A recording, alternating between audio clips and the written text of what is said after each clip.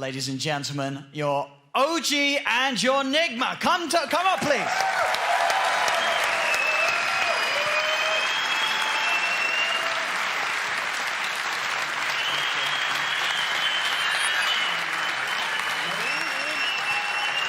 First off, Miracle, your voice is beautiful. No, man, it's not. I mean, but I appreciate it. Thank you. I hope we hear more next time, next year. You know, next finals, I hope we get to hear another bit of a sing-song from you. Sort of see this, to see what your opponents were doing during the grand finals. I mean, Johan, how does it feel to be able to sit back and sort of reflect on what you guys went through, but at the same time, see how NIGMA reacted to you guys in the booth? I mean, obviously, I don't know if this is correctly put on. Am I on? Okay, I'm working. Good. Yeah, it was a beautiful piece in my mind. I think there's a good reason why both these teams were in the finals. For me, the words that really wrong with me is like believing in me, you know, faith. This team, you see the unity. Cora also mentioned it. Yeah, beautiful thing to watch. It's very revealing to probably why these two teams. Why these two teams are in the finals, right? But yeah, loved it. Very emotional roller coaster. Kuro, did you guys feel kind of like you would have this similar type of mentality going into all of it after watching? I mean, you get to see that you guys did have that similar, like, you know, unity, keeping it positive, trying to do all that kind of thing. Did you think it would be like that on both sides? There's definitely a part of that. For us, it was just like, oh shit, we're in the finals. You know, we just beat LGD, and it was a crazy series. And I think we were just very happy we got the chance to play against OG and just tried our best. And also, I think it was very interesting, Kuro, obviously at the beginning of it all, when you guys won game one. You know, you were all popping off, you were going crazy, but it was very important to you, wasn't it, Kuro, to sort of be able to reset the team, because I guess you've been in many situations before where you've won the first game, it's been back and forth, but for you, is it just much more important to sort of look back at what the mistakes were that the team made were, rather than sort of just thinking ahead, we won, we're amazing, this is going to be easy? We definitely believe in riding our positive emotions into the next game, but at the same time, you gotta just stay grounded. Otherwise, things can go wrong really fast. And at the same time, the statement we saw in the True side, it was connected to, like, our communication was more stressed than usual, and we all felt it. And that is connected to us just being exhausted from the whole run of TI. And we all felt it, and we were like, oh, what's going on? Like, the game is kind of easy, and it should go this way. But yeah, so we just want to reset and focus on the next game. I mean, and at the start of the game, obviously, Maroon, you guys were all in the booth. You had this excellent sort of approach with getting the spirits up. Was there some more emphasis on that because it was the TI finals, or is that sort of the standard start of a series for Team Liquid back during TI? Well, so we have this guy on the end, I think. He's really loud, he's really fun, he has a huge amount of energy. So we kind of feed off his energy, and we try to give him as much energy as possible. So we lift each other up, and we just start the game and start the series with a lot of positivity, so we start on a good note. And we are, obviously, you've been, as we saw in the film, you've been in this position before, being in the grand finals, obviously different team this time. How was it sort of different, sort of going in? Was it a very similar sort of vibe, or did the way that Team Liquid approached the start of the series feel quite different to what you experienced before? It was similar in terms of, I get to play the first game, like TI6 it was Sky, and this TI was Meepo, just like my favorite heroes. And I just went downhill from there. That's true. So Jarex in particular, I did want to ask, you know, how did this one feel different for you guys, at least? Because, you know, the other one was your first time win. This is the second time. Was there a big difference? You know, were you still super hyped up, or? Yeah, so I think what we understand from past is we kind of learned to own the place. So the booth is actually ours. And I think what we got the vibe that we really owned the place, as we have already been there, we have already won there. So it's just about repeating it again, I think. Did you guys, another thing we did actually get to see in the video too is like a lot of common things at least being understood about the game. Did you guys expect something like that as well? It's like, oh, you know, Ember's going to be coming up, and it's like, oh man, Ember's pretty good here, you know? So did you guys feel like you guys would have at least expected both of you to have those similarities as well? Yeah, so I think both teams were kind of predictable coming to this finals. I think we both figured out that what of each team really want to execute, as TI meta is kind of playing on your comfort. And well, we prepared for the Tidehunter Tide pretty well ourselves, but they were also very keen on banning the heroes that we really wanted to play, like the IO. I think Ember was a huge thing also. The Tide MSC, it looked like overall a very sort of emotional series for you as a player. A lot of the times we obviously had these camera shots of you sort of just sat back and sort of like, where was your head at the moment during that series? Why was that so different to sort of all the other victories that you've been through on the way to the finals? So I think I got a lot of confidence before the final because we won like all the games with Tidehunter. So even after game 2, I still felt like playing the hero because I just had this confidence that I would never lose with this hero. I mean, Seb, we obviously heard from you. Obviously, first of all, between you guys, there's obviously massive amounts of respect for one another, and that was obviously said by both of the captains going into that final series. But in the booth, Seb, you were sometimes a little more critical of some of the picks and such, and such things as the Tide TA. I just sort of wondered, why in your head did you feel that you had such a confident grasp of how to defeat the Tide TA? Why to you was it not anything scary at all? I mean, there's like two things to it.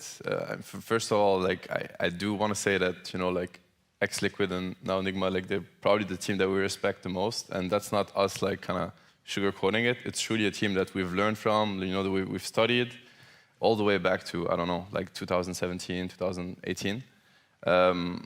So we had to put them down, right? Like we had to be like, you know, they're not as good as we think they are.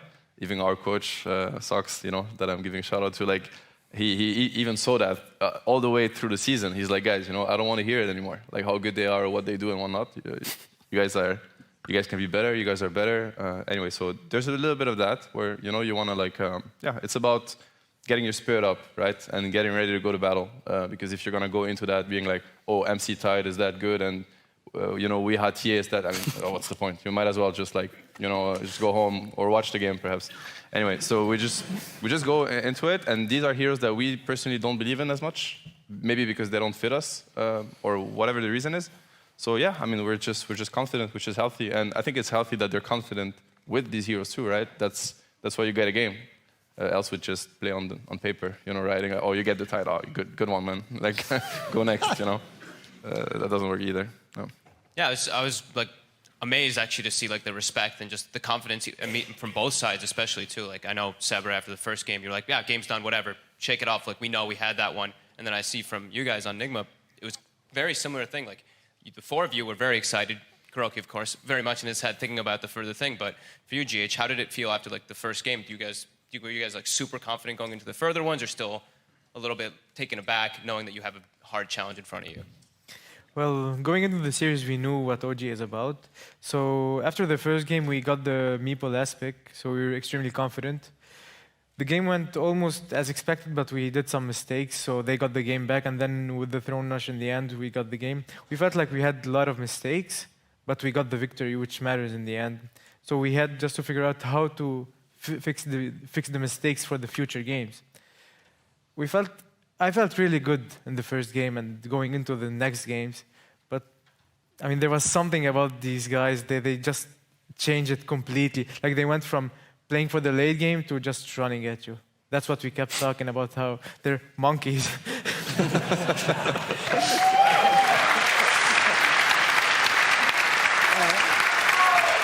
And so, whilst we're on the topic of the first game, and as I said, there's obviously a lot of respect between you guys, and there is something that we can actually show you all. Of course, earlier today, we had both of the teams get together and watch a screening of True Sight in private, and we filmed all of their reactions.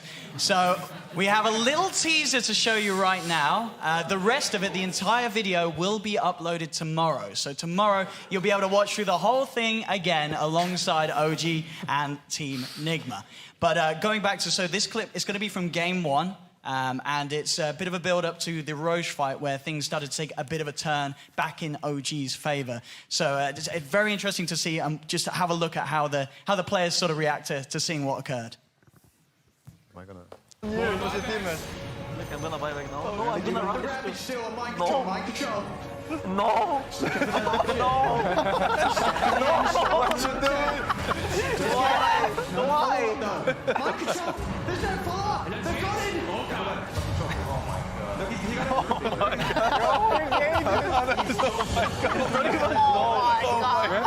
And look at the goal difference. Encapsulates the finals. I mean, isn't that just great to see? Seeing the players react like that.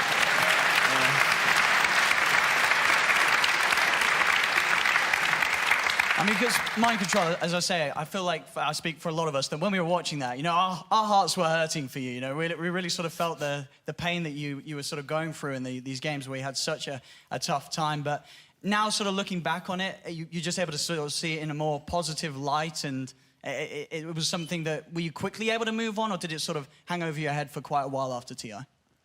I mean, first when I saw this, I actually didn't remember that I did it. That was my first thoughts, and then I just realized how stupid the play it was. Because, I mean, again, NIGMA, that was, as a team, that was something that, like, you talked about, Courage, the first game. I think your precise words were, shut the fuck up, as you talked to the rest of your teammates. I mean, that game one, and even in some of the other games down the line, there was definitely sort of these calls being made from all across the team. Is that sort of standard practice in NIGMA, or did it just fall apart much more compared to the sort of the usual game for NIGMA? It's definitely not our standard. I think it took a toll on us throughout the rest of the series. It's interesting because they did show how Seb started talking about like how we gave them a chance and it shouldn't go this way. He used it in a way to motivate his team. And like I said, I don't want to like over talk it, but we were very exhausted going into the finals. I reflected on that so many nights. Like, am I really bitter? I was like, is this like a loser talk? Like being tired. There's no excuse, but life is not a movie, and this is a reality. We played one series before. Playing against OG, it's like I need to prepare. Like, No! No! What you doing? Why? Mind control. There's no follow-up. They've got him.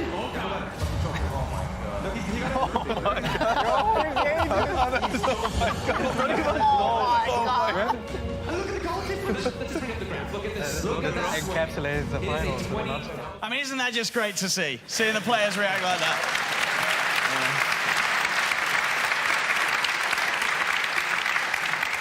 I mean, because mind control, as I say, I feel like I speak for a lot of us that when we were watching that, our hearts were hurting for you. We really sort of felt the pain that you were sort of going through in these games where you had such a tough time. But now, sort of looking back on it, you're just able to sort of see it in a more positive light, and it was something that were you quickly able to move on, or did it sort of hang over your head for quite a while after TI? I mean, first when I saw this, I actually didn't remember that I did it. That was my first thoughts, and then I just realized how stupid the play it was. Because, I mean, again, NIGMA, that was, as a team, that was something that, like, you talked about, Courage, the first game. I think your precise words were, shut the fuck up, as you talked to the rest of your teammates. I mean, that game one, and even in some of the other games down the line, there was definitely sort of these calls being made from all across the team. Is that sort of standard practice in NIGMA, or did it just fall apart much more compared to the sort of the usual game for NIGMA? it's definitely not our standard. I think it took a toll on us throughout the rest of the series. It's interesting because they did show how Seb started talking about like how we gave them a chance and it shouldn't go this way. He used it in a way to motivate his team. And like I said, I don't want to like over talk it, but we were very exhausted going into the finals. I reflected on that so many nights. Like, am I really bitter? I was like, is this like a loser talk? Like being tired. There's no excuse, but life is not a movie, and this is a reality. We played one series before. Playing against OG, it's like I need to prepare like 12 hours at least and have a sheet ready. Instead, I had like, all right, like get the mics ready, true side boys, and like, oh, 5 minutes, okay, give me the sheets. And so, but luckily we are like comfortable playing against them because we know the guys very well. But once again, if we had the chance to play them properly, they might have just won anyway. But I think we could have given them and the audience like much better games. So on the other side, Johan, you guys, how do you feel going into that last series, of course, being able to watch them? Do you think it was massively beneficial to you guys, of course, being like more rested and also just getting to see them play right before that? Obviously, it's a benefit. It's a huge benefit to be in the winner bracket in general. You feel, I mean, you can always take, you can always try and take benefits, but like Kuro says, life is not a movie. You can get tired. I think on the last day, it was a big win for us that it played out the way it did. The thing that we were just worried about, I mean, we don't think about all the good things that can happen. We think about all the bad things that can happen. And one thing is that we respected them maybe too much. So we were, I think deep down, a lot of us were kind of hoping to play LGD again. We felt like we would also accept that challenge very much. But deep down, we also wanted to play these guys because we're so close. And it was the best finals that could have been. We wanted this TI7 as well. And probably before that, wanted to go to TI5 together, but that didn't happen. It's okay, it's okay.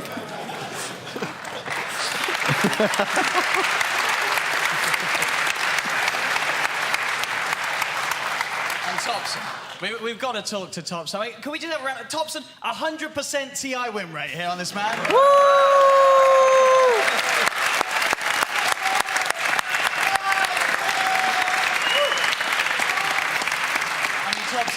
In that series, obviously, we got to see a lot of sort of show-stopping moves from you. I mean, what was it about that series that allowed you to play as confident as you did? Was it sort of the teammates, or did you yourself identify that NIGMA were sort of struggling mentally in some of the later games that series? I mean, I think we as a team, we built a lot of confidence during the tournament. Like, I mean, our bootcamp wasn't the best, and but anyways, we went in the tournament, like, we reset, we just started fresh, and, we got some good wins in the start, and everybody started feeling better and better, and yeah, it's just builds up during the tournament.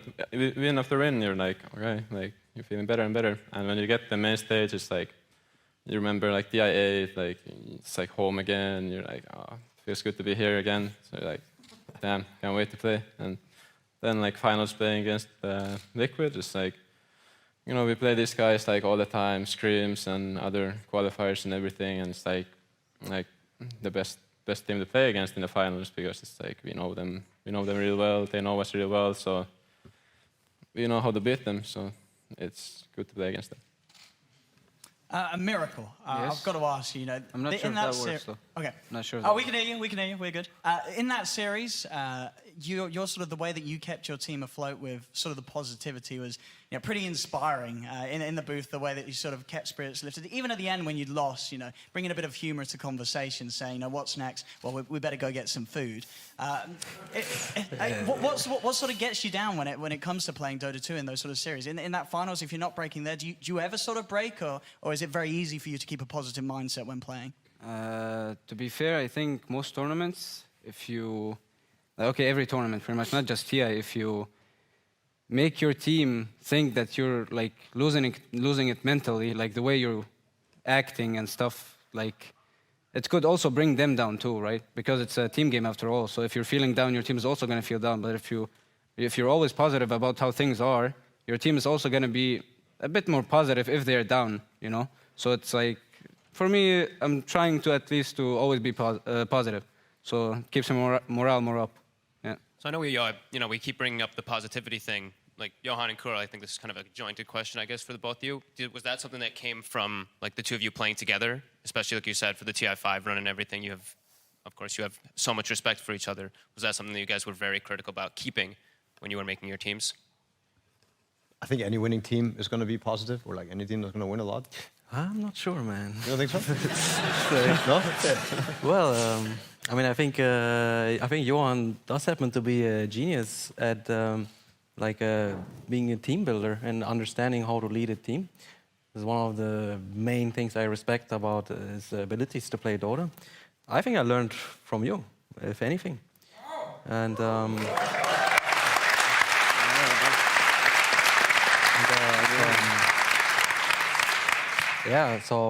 I think so we figured out, all right, like these things are important to lead a team, positivity, and what's around it. And yeah, at the end of the day, I think all of us here, we also just want to have fun. And you know, when you play these toxic pubs, and it's not fun.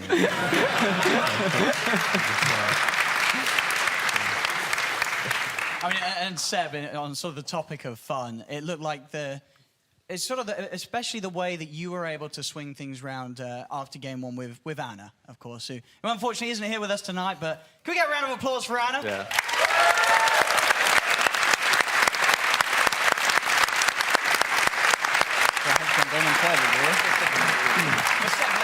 The way that you dealt with Anna, obviously after that first game where you guys had this very rough sort of a defense, and the way you were very quick to approach him and realize that, you know, this is where you've got to step in and sort of be the man to have that the shoulder there for Anna to sort of just lean against and talk to.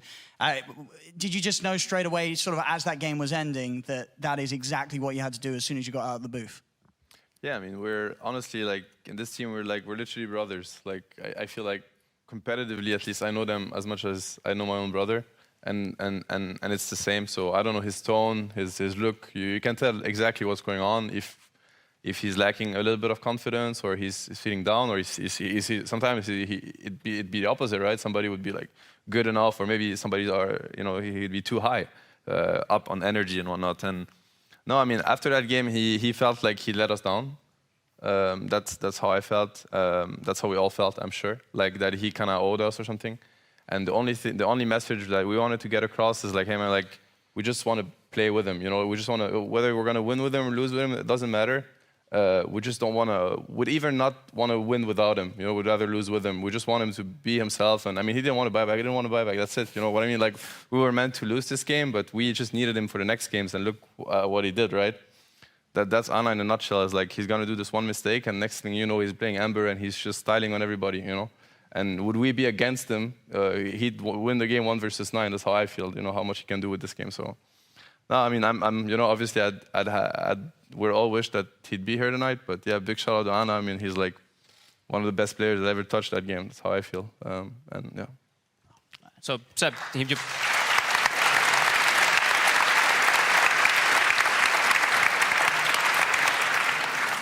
So Seb brings up like all family, like everybody playing with each other. How did it feel playing with these guys? You know, because they've been together for quite a long time. You're jumping in, and now you're playing, you know, up here at the grand finals. How was it in comparison, I guess, to the last time you did, and how did you enjoy playing with these guys? Feels like I got adopted into a family. Pretty much, it's been trying to adapt, and they've been trying to fit me in at the same time. And I'm just glad to be part of it. That's pretty much it. Well, just sorry to interject, as a reminder, we are going to be starting to take some questions from the crowd. So if you do want to start queuing up on the side, this is the time to sort of get over there and get ready and get your brains to thinking of some great questions to ask. And we'll be pulling from you guys very, very, very shortly. After the fans لما يسألوا بعديها خلاص. So, Jarex, did you enjoy watching all that though? You know, your performances in particular. I'm going to start bringing a couple more about specific heroes. You know, this Tiny. We saw you play it over and over and over again, and we did see in comparison, you guys on NIGMA were mentioning you don't really play the 4-position Tiny. It's kind of going to go back and forth here. Did you feel that one was so crucial and instrumental to you guys, of course, winning the finals here? I wouldn't say so as much. I think there was a lot of heroes I didn't actually show at TI that we practiced a lot. It just happened to be that it's very comfortable also for Topias. And I think we managed to create like a drafting problem for most teams that we pick heroes that fit multiple roles. And there was like the one game where they were trying to guess the lanes. But I mean, you can't guess the lanes. You're just dealing with, you're basically blindfolded what you're facing. And we take it advantage over the pick. And we have multiple picks like this, I feel. And I feel it made it easy, I would say. And sort of obviously back to you guys, NIGMA, with regards to the Tiny. You know, as we heard Kuro say in the film, it was something that he felt that you guys as a team didn't play. I mean, but you guys can play Tiny, right? Is it just that you didn't feel ready as a team to sort of take it out in the grand finals out of nowhere? You didn't have that amount of confidence on the hero? I mean, it wasn't shown in the movie, but I asked Maroon, want to play Tiny? It's like, No, Kuro. A lot of these heroes take a lot of confidence, and sometimes in the tournament you don't feel the hero, so it makes it really hard to play it, because if you don't feel confident playing the hero, you're not going to perform on it. Yeah. So that's how I felt in the exact moment. That I felt that if I would play it, and I haven't played it in a while, even though I know that I can play it decently, I'd say, I would say that I wouldn't play it to the level of the other heroes that would play. Sort of on the sort of topic of confidence, would you say the same? We are obviously looking back. You played a lot of the TA. Is that something that you sort of say, I wish I had done something else, or were you sort of happy that in the moment you still went with the hero that you were most confident on? Because that definitely seemed to be the case. You know, each draft it was very, very much, you know, you and Kuro sort of back and forthing about what was available, and you wanted that TA because it's one of your strongest heroes. Well, we did win with the hero a lot up until this point. I don't regret picking this hero. I think we could have done better on these games, and I'm happy it went the way it did, because now I can play something else, you know. Yeah. So, Johan, how do you bring this energy? Like I watched them, you know, I watched NIGMA going in the booths and stuff. You guys had this amount of energy, but you somehow, you were just yelling and screaming every single time, walking up. You're like, who's walking with me? Getting in the stage, you're just banging, getting everything going. Like, how do you do this after, you know, such a long tournament that really was? Yeah, I mean, one thing is, of course, good rest and good mindset helps. I honestly, I couldn't really tell you. I felt like an animal for that entire TI. Like a monkey, to be specific. Yeah. Different kinds, I think, different days. But yeah, I felt fired up. Like it was wild, and it's also the team that we had a really rough boot camp, and I also think we bounced back 150% kind of from being in a slump and being rough games and stuff. And then as soon as we started winning, it was infinite power. We're looking at the NIGMA as a team, before you sort of go, Kuro, any sort of final words that you maybe want to say to OG, or in just terms of how you sort of feel the sort of upcoming remainder of the season is going to look for you guys? I know you, in the film, you had a lot of connections to sort of spirituality and stuff. I just wondered how that's sort of driving you forward for the rest of this Dota Pro circuit. Yeah, first of all, I want to thank everyone here for coming, and I want to thank Valve for making this masterpiece. And for the next season, we'll just try our best like we always do. It's an endless grind. For OG, I hope they'll just create a new team. To be honest, it doesn't feel quite the same. I'm really mad at these two guys. What did you point?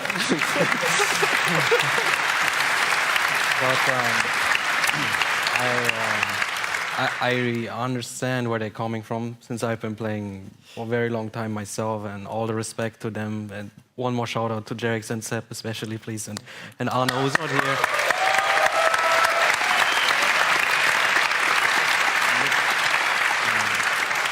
Personally, I always wish Johan the best with whatever he does, and Thompson I think he very well deserves the MVP of the year. Like an amazing player to play against. It's my honor, it's our honor, and we're gonna beat them.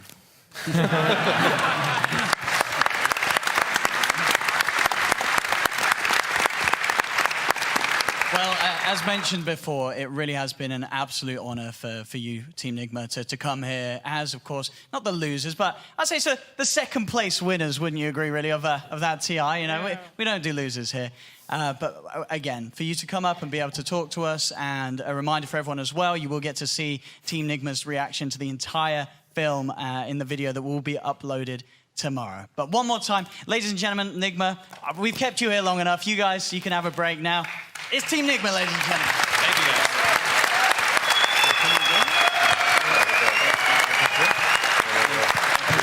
Have a good one here.